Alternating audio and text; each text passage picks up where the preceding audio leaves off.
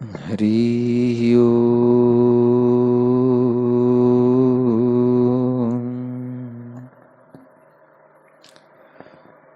हरि ओम।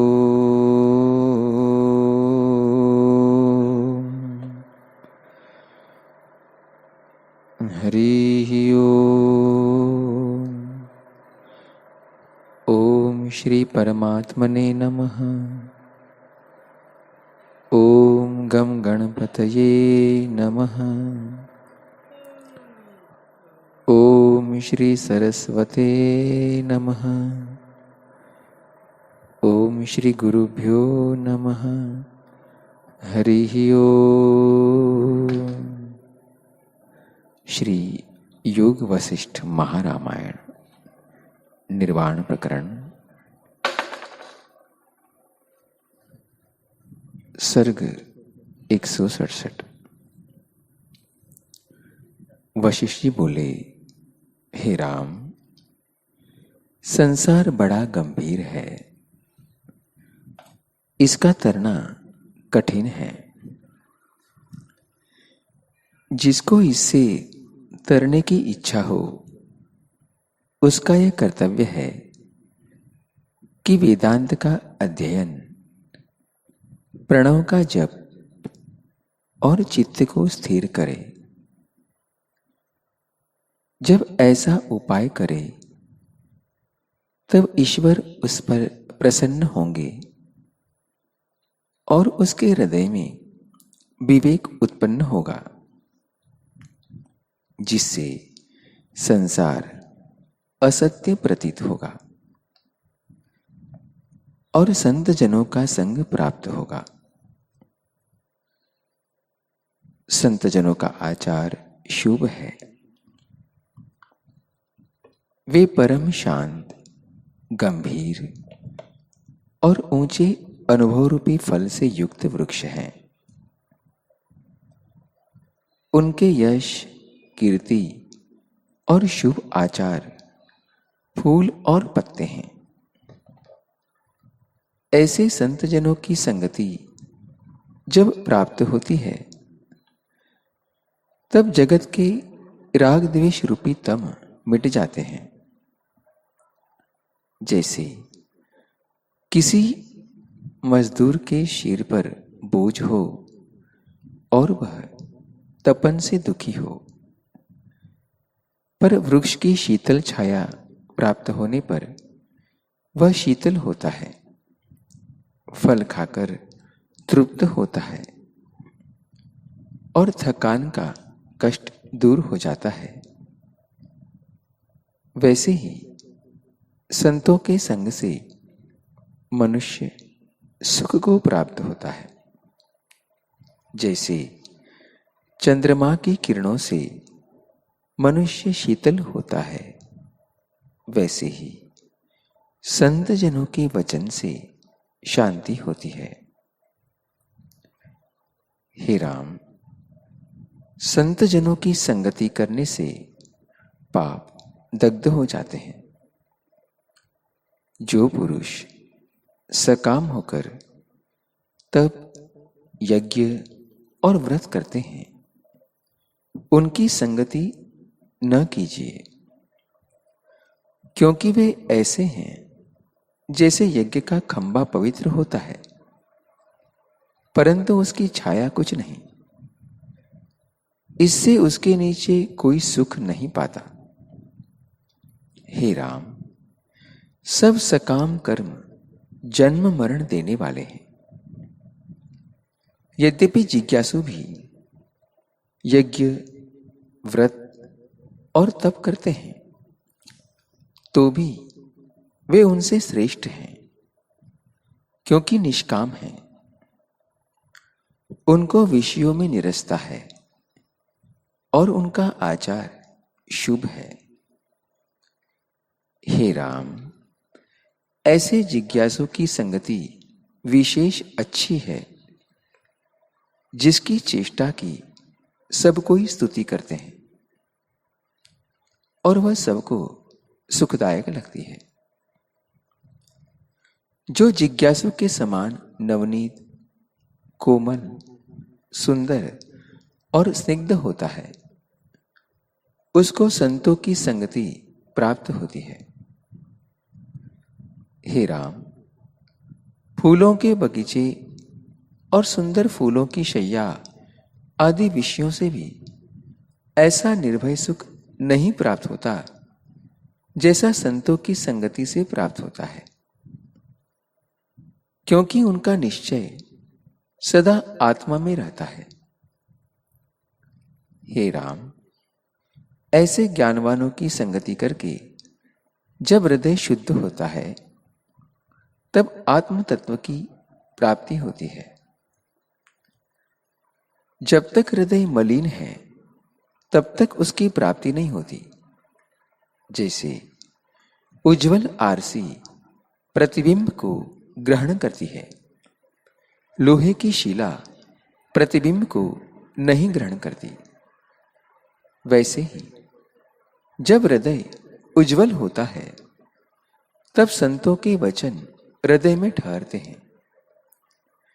जैसे वर्षा काल का बादल फैलकर थोड़े से बहुत हो जाता है, वैसे ही जब हृदय शुद्ध होता है तब बुद्धि बढ़ती जाती है।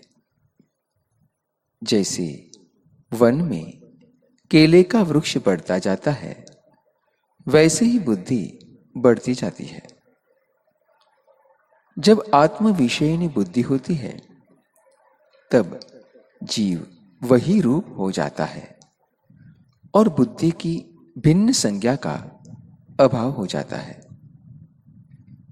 जैसे लोहे को पारस का स्पर्श होने पर वह सुवर्ण हो जाता है, फिर लोहे की संज्ञा नहीं रहती, वैसे ही आत्म पद की प्राप्ति होने से बुद्धि की संज्ञा नहीं रहती और विषय भोग की तृष्णा भी जाती रहती है। हे राम, विषयों की तृष्णा और अभिलाषा ने जीव को दीन बनाया है। जब तृष्णा का त्याग करे तब परम निर्मलता को प्राप्त होता है। जैसे हाथी जब तक शीर पर धूल डालता है तब तक मलिन रहता है और जब नदी में प्रवेश करता है तब निर्मल हो जाता है, वैसे ही जब जीव तृष्णा रूपी राख का त्याग करता है और आत्मा में स्थित होता है तब निर्मल होता है। हे राम, जब जीव भोगों की इच्छा त्यागता है तब बड़ी शोभा पाता है। जैसे सुवर्ण को अग्नि में डालने से उसका मैल जल जाता है और वह उज्जवल रूप धारण करता है।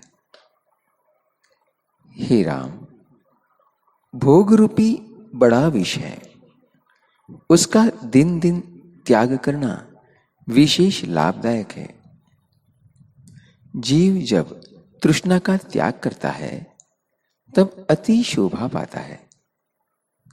जैसे राहु दैत्य से रहित चंद्रमा शोभा पाता है, वैसे ही तृष्णा का वियोग होने पर पुरुष शोभा पाता है।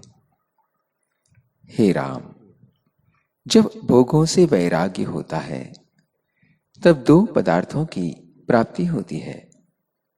जैसे नूतन अंकुर के दो पत्ते होते हैं, वैसे ही तृष्णा के त्याग से एक तो संतों की संगति मिलती है और दूसरे सत्शास्त्र का विचार हृदय में उत्पन्न होता है। इनमें जब दृढ़ भावना होती है तब अभ्यास करके वही परमानंद रूप होता है, जिसमें वाणी की गति नहीं। तब मनुष्य भोगों की इच्छा से मुक्त होता है और परम शांति सुख को पाता है। जैसे पिंजड़े से निकलकर पक्षी सुखी होता है, वैसे ही वह सुखी होता है। हे राम, जीव को भोग की इच्छा नहीं दीन किया है। जब इच्छा निवृत्त होती है तब गोपद की तरह वह संसार समुद्र को लांघ जाता है। तब उसको तीनों जगत सूखे तृण जैसे तुच्छ लगते हैं। हे राम, जब वह भोग की इच्छा से मुक्त होता है तब ईश्वर होता है। जिस पुरुष को आत्मसुख प्राप्त हुआ है वह भोगों की इच्छा कभी नहीं करता, और जब वे आकर प्राप्त होते हैं तब भी वे उसको नीरस और मिथ्या प्रतीत होते हैं। इससे वह उनके भोग को नहीं चाहता। जैसे जाल से निकला हुआ पक्षी फिर जाल में नहीं पड़ता, वैसे ही वह पुरुष भोगों को नहीं चाहता। जब विषयों की तृष्णा निवृत्त होती है तब परम शांति पाता है, और संतों के वचन उसके हृदय में शीघ्र ही प्रवेश करते हैं। हे राम, मोक्ष रूपी स्त्री के कानों के भूषण संतों की संगति है। जब साधु की संगति होती है तब अशुभ कर्मों का त्याग हो जाता है और पराये धन की इच्छा नहीं रहती। तब जो कुछ अपना होता है उसके भी त्यागने की इच्छा होती है, और भले भोग अर्थात विशेष विशेष भोग जो भोगने के लिए आते हैं उनको वह बांट कर भोग करता है। निदान बड़े उत्तम भोगों को सेवन करता है। तब यदि कोई शरीर मांगे तो वह शरीर भी दे देता है, क्योंकि उसको देने का अभ्यास हो जाता है। पर और से साग मांगने की भी इच्छा नहीं रखता।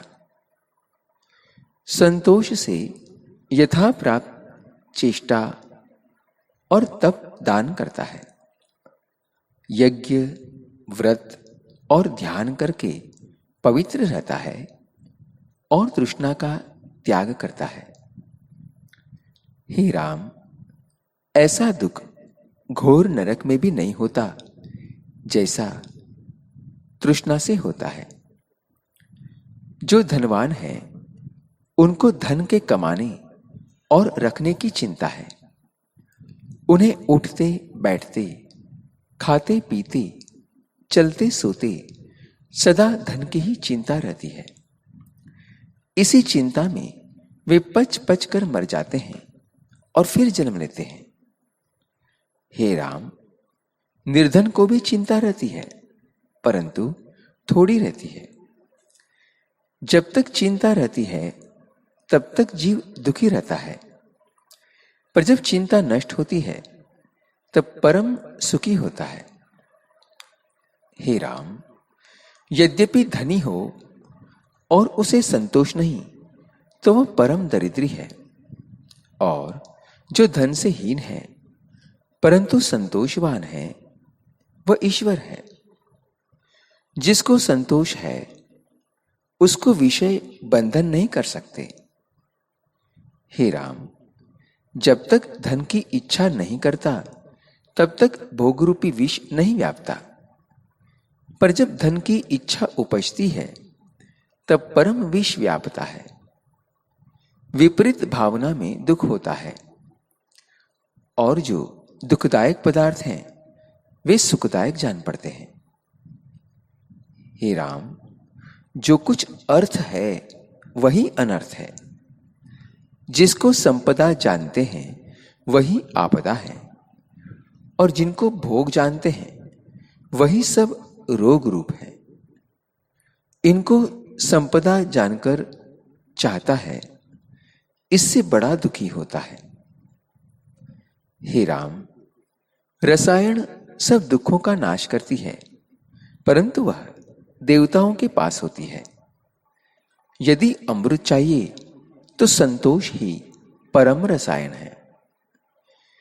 जब विषयों में दोष दृष्टि होती है और मनुष्य संतोष धारण करता है तब मूर्खता दूर हो जाती है, अर्थात अज्ञान दूर हो जाता है, और गोपद की तरह, गाय के खुर की तरह संसार समुद्र से शीघ्र ही तर जाता है।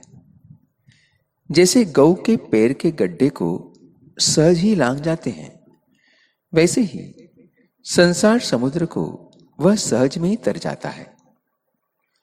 हे राम, जिसको संतोष प्राप्त होता है उसको परम शांति प्राप्त होती है। कभी वसंत ऋतु भी सुख का स्थान हो, नंदनवन भी सुख का स्थान हो, उर्वशी आदिक अप्सराएं प्राप्त हो,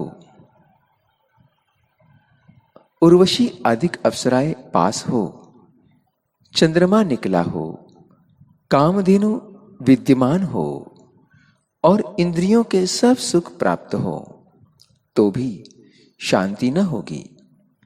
एक संतोष से ही शांति होगी। संतोषवान को ये विषय डिगा नहीं सकते। हे राम, जैसे अर्घा भरकर छोड़ने से तालाब नहीं भरा जाता, जैसे अर्घा भरकर छोड़ने से तालाब नहीं भरा जाता, पर जब वर्षा होती है तब शीघ्र ही भर जाता है, वैसे ही विषयों के भोग से शांति नहीं प्राप्त होती। संतोष ही से पूर्ण आनंद और ओज की प्राप्ति होती है। गंभीर, निर्मल, शीतल, हृदयगम्य और सबका हितकारी ओज संतोषी पुरुषों को प्राप्त होता है। अन्य जो ओज हैं वे सात्विक, राजस और तामस होते हैं, पर यह शुद्ध सात्विक है। जिस पुरुष को संतोष होता है वह ऐसे शोभित होता है जैसे वसंत ऋतु का वृक्ष फूल, फल और पत्तों से शोभा पाता है। और जिसको तृष्णा है वह चरणों के नीचे आए कीड़े की तरह कुचल जाता है। हे राम, जिसको तृष्णा है उसको संतोष और शांति भी नहीं होती। जैसे जल में डाला गया तृणों का पूला तीव्र पवन से उड़ता फिरता है, वैसे ही तृष्णावान पुरुष को क्षोभ होता है। हे राम, जो पुरुष अर्थ की सदा इच्छा करता है वह अग्नि में प्रवेश करता है, अर्थात सर्वदा तपता रहता है। जैसे गर्दभ अर्थात गधा, जैसे गर्दभ विष्ठा के स्थान में प्रवेश करता है, वैसे ही तृष्णावान जो विषय रूपी गंदे स्थान में प्रवेश करता है वह भी गर्दभ है। जैसे गर्दभ का स्पर्श करना अनुचित है, वैसे ही तृष्णावान गर्दभ का स्पर्श करना योग्य नहीं है। हे राम, यह संसार मिथ्या है। जो इस संसार के पदार्थों को चाहता है वह मूर्ख है। इस जगत के अधिष्ठान को प्राप्त होने से जीव निर्वासनिक होता है, और जब निर्वासनिक होता है तब संतोष को प्राप्त होता है। तब ऐसा होता है जैसे तारों में चंद्रमा शोभा पाता है। इससे इच्छा के नाश का उपाय करो। हे राम, जब इच्छा नष्ट होती है और संतोष रूपी गंभीरता प्राप्त होकर द्वैत कलना मिटती है, तब उसी को पंडित जन परम पद कहते हैं। वह पद कैसे प्राप्त होता है सो भी श्रवण करो। हे राम, जब संसार से वैराग्य, संतों की संगति और सत्शास्त्रों के अर्थों और आत्मा में दृढ़ भावना होती है, तब जगत निरस हो जाता है, अर्थात जगत असत प्रतीत होता है। हृदय में शांति होती है। जीव अपने को ब्रह्म जानता है और परिच्छिन्नता मिट जाती है। जब तक जीव अपने को परिच्छिन्न अर्थात सीमित नाम रूप वाला जानता है, जब तक जीव अपने को परिच्छिन्न जानता था, तब तक सब दुखों का अनुभव करता था। और जब संतों की संगति और सत्शास्त्रों से जगत नीरस प्रतीत होता है, तब परम पद को प्राप्त होता है। हरि ओम। इस प्रकार श्री योग वशिष्ठ महारामायण के निर्वाण प्रकरण का मोक्ष उपदेश नाम का 167वां सर्ग समाप्त हुआ। ओम शांति शांति शांति। श्री सद्गुरुदेव भगवान की जय।